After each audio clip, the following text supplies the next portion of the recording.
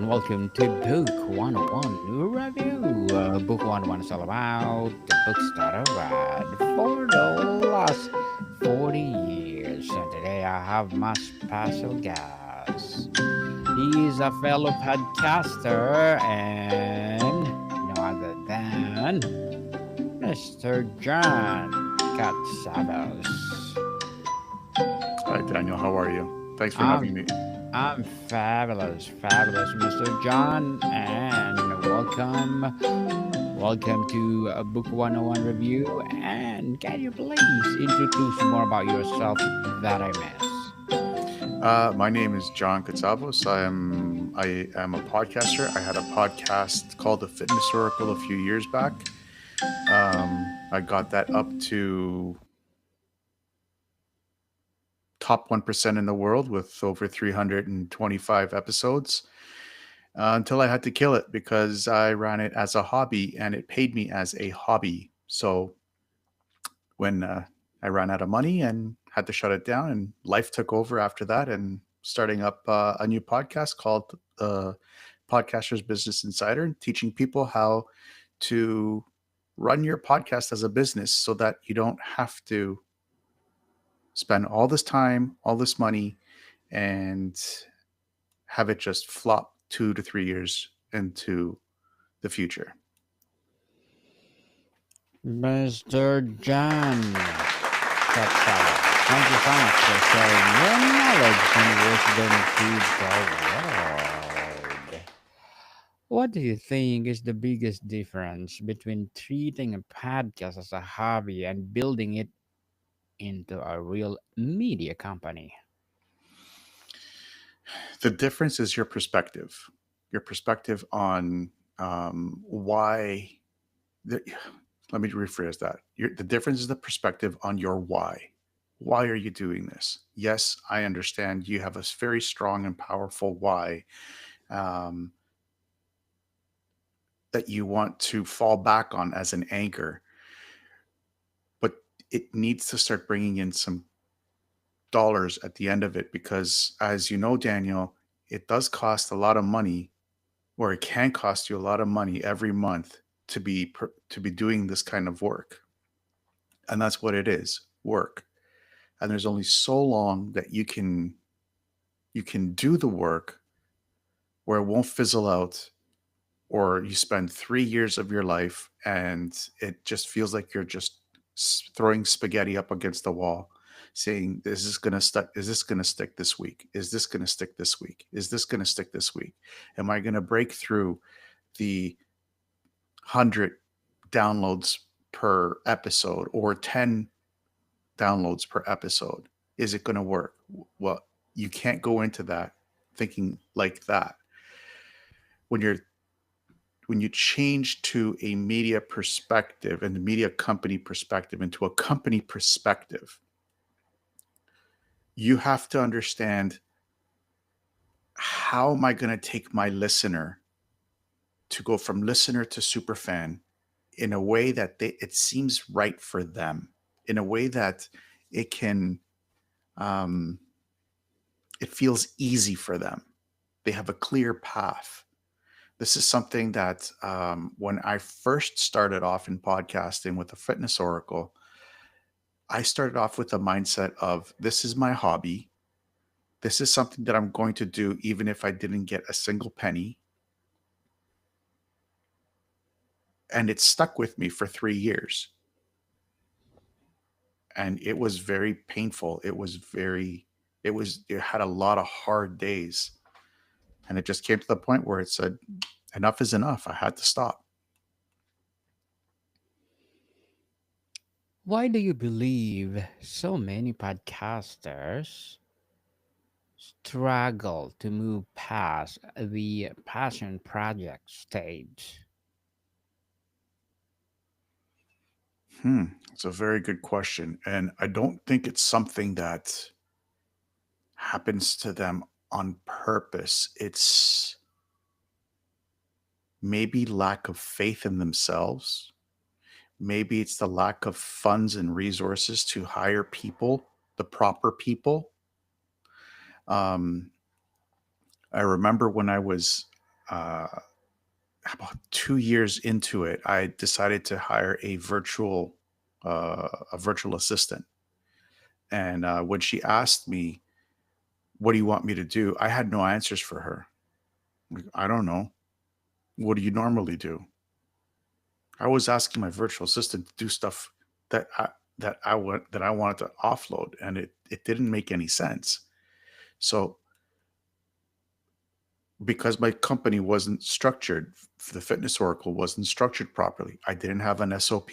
I didn't have any things that I can, take and give to somebody else to say, here, do this in your way. Here's what I want you to look at, and I want you to be able to, um, I want you to be able to take what I have, and just blow it up. I had none of that. So for podcasters to the reason why I think they get stuck is because they treat it like a hobby. They don't have a proper SOP. They don't have a proper team, or they don't have a plan on getting a proper team behind them. Because it's tough. I get it. You're working with other people. It can get tough. Managing other people, but I think that's the main sticking point, is that they treat it more like a hobby. And when it comes to running a hobby, it can be just a one man or one woman show. So I think that's the main thing. And Mr. John, at what point should a podcaster start thinking of their show as a business rather than just a creative outlet? Right from the beginning, right from the very beginning, from the second it pops into your mind that you want to do a podcast, you should be thinking, how can I make money off of this to sustain this in long term? If you don't have that mindset in the beginning, it's you're in for a really rough road. You're in for a really rough. I know from firsthand, you're in a really rough road. Indeed, you are in the rough road, people. If you don't know what you're doing, what are the some warning signs that a podcaster is stuck and not growing? That's a really tough question.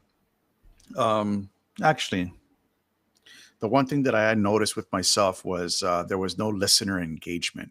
My listeners weren't engaging with me. They weren't telling me what they wanted to hear, who I wanted to bring on, um, what programs I want. They were interested in me sharing with them, with my knowledge in personal training and health and wellness. It was just me, like, again, throwing spaghetti up against the wall and seeing if it sticks. That's not going to work. That's not sustainable. And most of it I was on me, because I was too busy with other things, bringing on guests, managing episodes, marketing episodes, producing episodes, uh, that I didn't have enough time to spend an hour on YouTube, or an hour in Facebook, or an hour in Instagram, just responding to people. There was no time. Mm. So it, you need to treat your podcast or your live stream as a business from day one. Or if you are already a podcaster or a live streamer, today is when you need to start treating your business, your podcast or live stream, as a business. Definitely.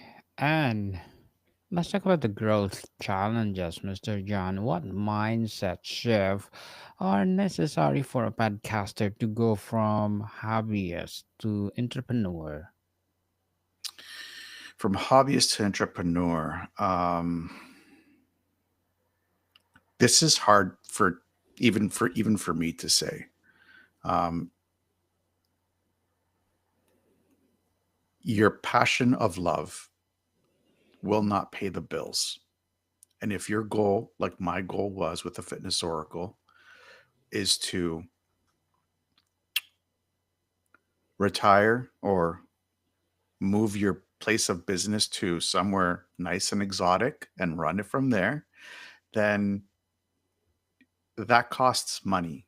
And as a podcaster, content creator, we throw things out into the world and we don't expect any financial gain from it. We need to have that mindset of, I'm going to give you as much value as possible, but in return, I need something in return later on in the road. Your ROI should come in after. So your mind shift has to change to a business person with a ROI mindset rather than, I'm just going to try and do as much good as possible. Yes, I 100% agree that you do have to put out valuable content for people to consume that will improve their lives, improve the world in one way or another, but it also has to give you something in return.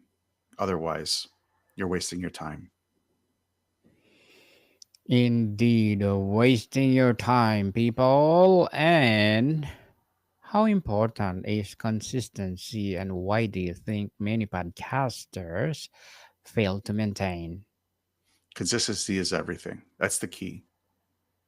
I didn't get to 3 years podcasting, pushing out content every week at 325 episodes in 3 years because I wasn't consistent. I've had friends who I started the podcasting program with, they all fizzled out within 6 months. Some a little bit further, maybe up to a year. But if you're not consistent, your listeners, whether you think that they're listening to you or not, that's key right there, because a lot of listeners will not engage with you. You just have to understand that they are there. So, with that understanding, it's now onto you as the content creator to push consistently your content out there so that they can consume it, because you don't know who you're helping. And if you stop, they will forget about you. I'm talking about your listeners or your viewers. They will forget about you and move on to someone else. And it's so hard to bring back a new person into your little um, stratosphere. So consistency, even if you think no one is listening, just put it out. Put it out, people. Consistency is the key for everything. In your experience, how do podcasters sabotage their own growth without realizing it? um, I think we have a tendency of playing tricks on us with our minds. It's one of those things where it's you don't see, like I said, you won't see the engagement from your listeners, from your members in your Facebook groups or your Instagrams, or you won't see that engagement. You're like, no one's around. Why should, it's a nice day today. It's a nice fall day in Toronto. I'm just going to go out. I'm not going to post anything. And that just has one trickle effect, one to another. So I think that we do it to ourselves in that sense that um, because we don't see that engagement, we won't we won't put out content for people, and which is completely wrong. You just put out the content, and if it flies, you have to do it strategically. And we're learning here now with learning how to run a business out for a podcast with Podcasters Business Insider.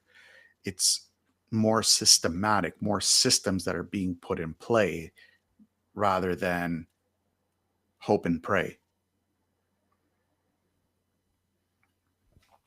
Hope and pray. Interesting indeed, Mr. John.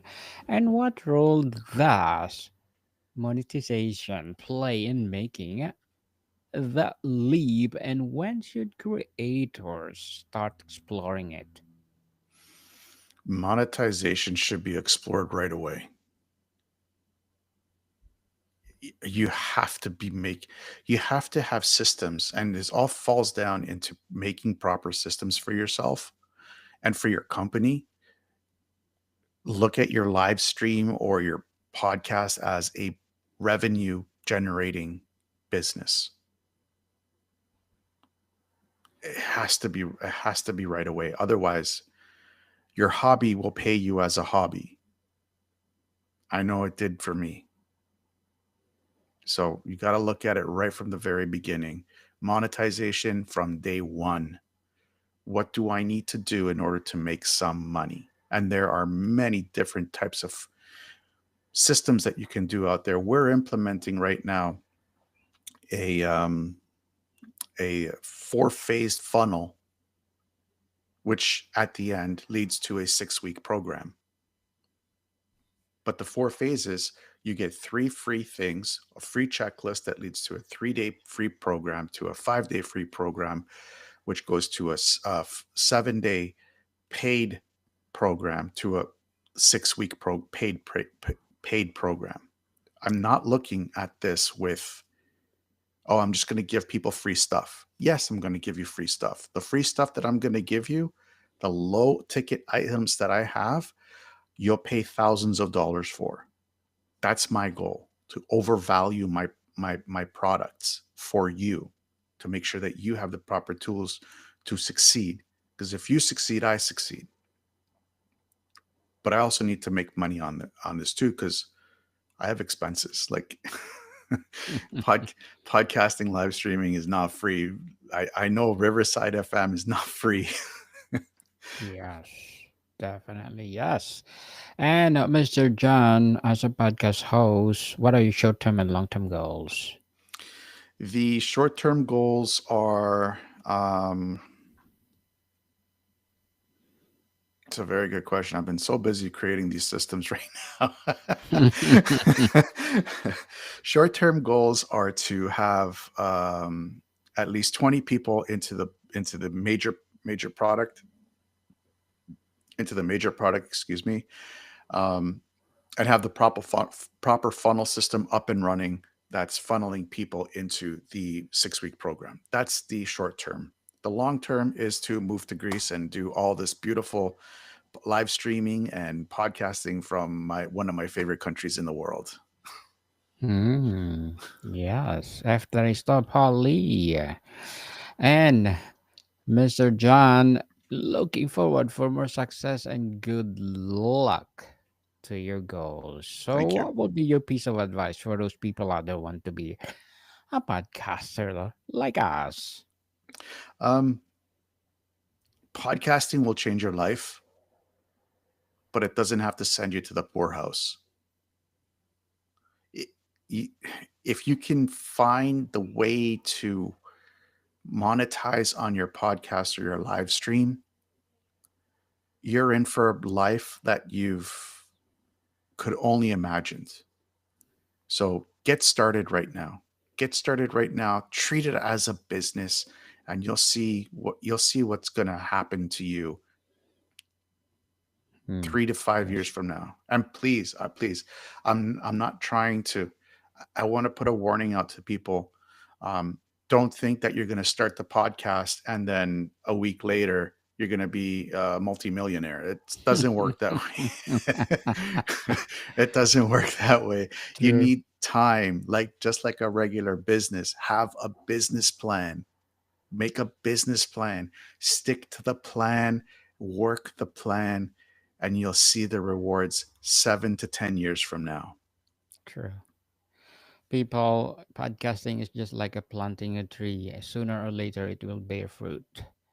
And Mr. John, thank you for that advice. And can you please recommend a book or books that influence your journey? Yep. So, one book that actually changed my perspective on social media, uh, this book right here, Social Media Marketing workbook. This is 2002 edition. They have the 2003 edition. It is from Jason. Now it's Dr. Jason McDonald. Probably one of the most influential books that I have read. Um, it changed my perspective on how I treat social media. And being a podcaster, content creator, live streamer, social media is everything to us. Yes. If we treat social media the wrong way, we're going to hear crickets. True. So we need to know how to treat the proper channels properly. And this book will tell you how. It's one of my favorite books. I'm so grateful because I literally just moved into this house and I lost all my books. I found this book today and I'm like, I have to find the book. I have to find it. I found it. So yeah, it's I'm gonna be reading heavily again onto YouTube strategies, LinkedIn strategies, Facebook strategies, TikTok, Instagram. It's all in that book. It gives you amazing strategies based off of consumer um, uh, consumer consumption on the platforms, and it's different for each platform.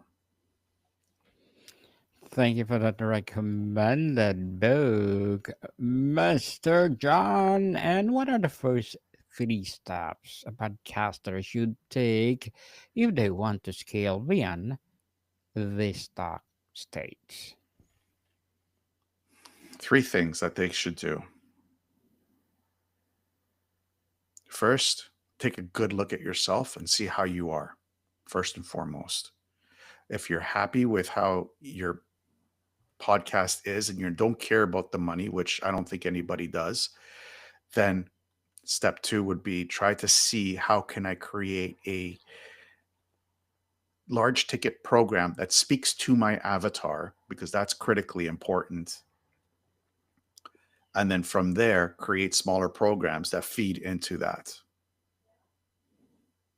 And then promote it on social media the way it's supposed to be promoted, like with this book, social media marketing workbook that will tell you how to get your program out there, and in turn your podcast will also grow as well. Definitely. And how can podcasters overcome the fear of investing money and resources into their shows? Get an SOP done. If you don't have an SOP, get one done, and then you'll start to now you have a document that you'll be able to revert back to and say, oh, I don't need to do this. I can hand this off to someone else. Oh, my strength is not marketing. So maybe I'll look at a marketer and give them the tools that they need to succeed. Fear is a funny thing. I used to have it as my friend. So whenever I would fear something, I would step into it. Now I'm just starting to understand it a little bit better, and I'm trying to pretty much step into my fear as well. So um, don't be afraid of don't be afraid of dropping a little bit of money. Um, just make sure that you have some money coming in to supplement it. If someone feels overwhelmed, what small but powerful change could immediately help them move forward? Push-ups. Yeah, we need push up for sure. 10 push-ups, 10 push-ups, 10 burpees, 10 jumping jacks. If you can't do burpees, jumping jacks, just some kind of physical exercise. Get yourself away, pull yourself away from what you're doing, go do something else, and then step back into it. It's not critical. No one's going to die. We're not doctors here. Definitely, yes. For sure. And what role does collaboration, networking, or partnerships play in breaking free from the happy mindset?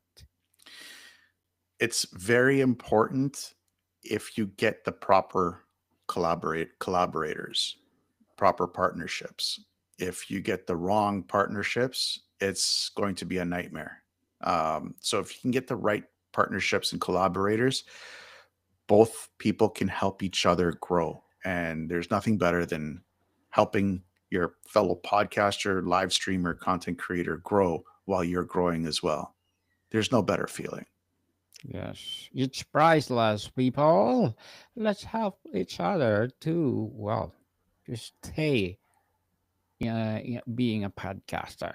So, Mr. John, before we wrap up our discussion for today, I'm inviting you to please do listen to my other podcast, people.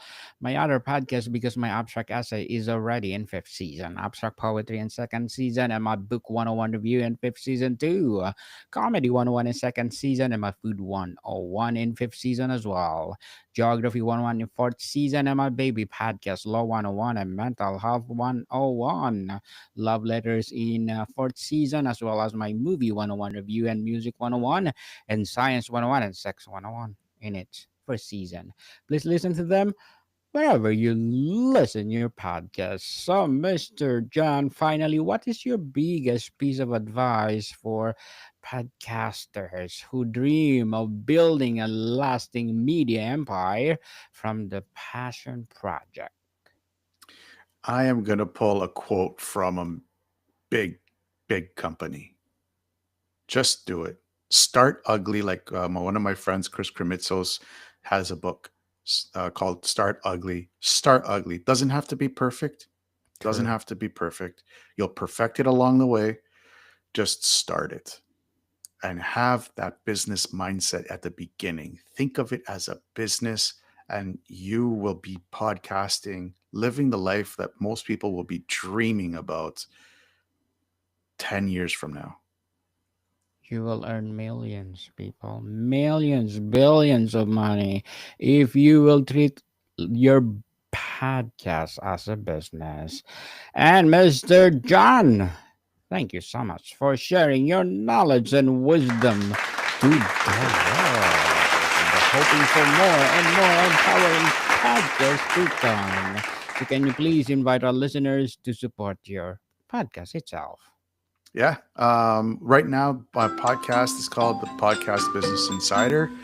We are doing lives Monday to Friday on YouTube. We talk about the podcast industry, and we give you tips and tricks every single day. Next month, we will be having guests coming onto the show and sharing their knowledge and their expertise in business, mindset, podcasting, and inspirational people. So I invite you guys to come and find us on YouTube. Inspiration, people, inspirational. Mr. John. Yes, people, let's support Mr. John Katsavos because if you support him, for sure, more and more empowering episodes of the podcast itself. So, Mr. John, thank you so much for your time. Thank you, Daniel. More to come, people. See you soon.